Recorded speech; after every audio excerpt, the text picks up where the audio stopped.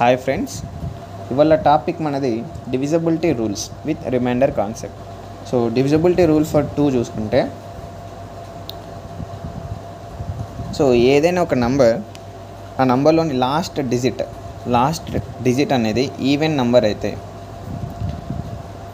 అయితే then number అనేది 2 తోటి డివైడ్ అవుతుంది అన్నమాట. సో లాస్ట్ డిజిట్లో 0 కానీ 2, 4, 6, 8 ఈ 5 డిజిట్స్లో ఏ డిజిట్ ఉన్నా ఈ నంబర్ అనేది 2 తోటి డివైడ్ అవుతుంది అన్నమాట. ఫర్ ఎగ్జాంపుల్ 9996662 ఇది 2 తోటి డివైడ్ అవుతుంది, ఎందుకంటే లాస్ట్ డిజిట్ వచ్చేసి ఈవెన్ డిజిట్ కాబట్టి. సో అదే ఇక్కడ 99663 ఉంటే లాస్ట్ డిజిట్ అనేది ఆడ్ నెంబర్ ఇక్కడ. సో ఆడ్ నెంబర్ కాబట్టి ఈ నెంబర్ అనేది 2 తోటి డివైడ్ కాదన్నమాట. So that is the divisibility rule for the 2. And the remainder concept వచ్చేసి,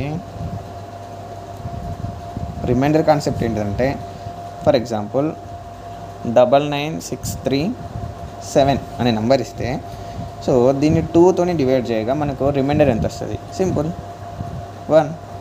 సో దీనికి ఎప్పుడైనా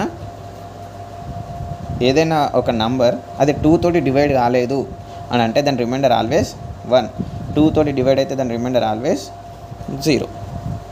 Okay, click on below button. Do like and subscribe for more videos.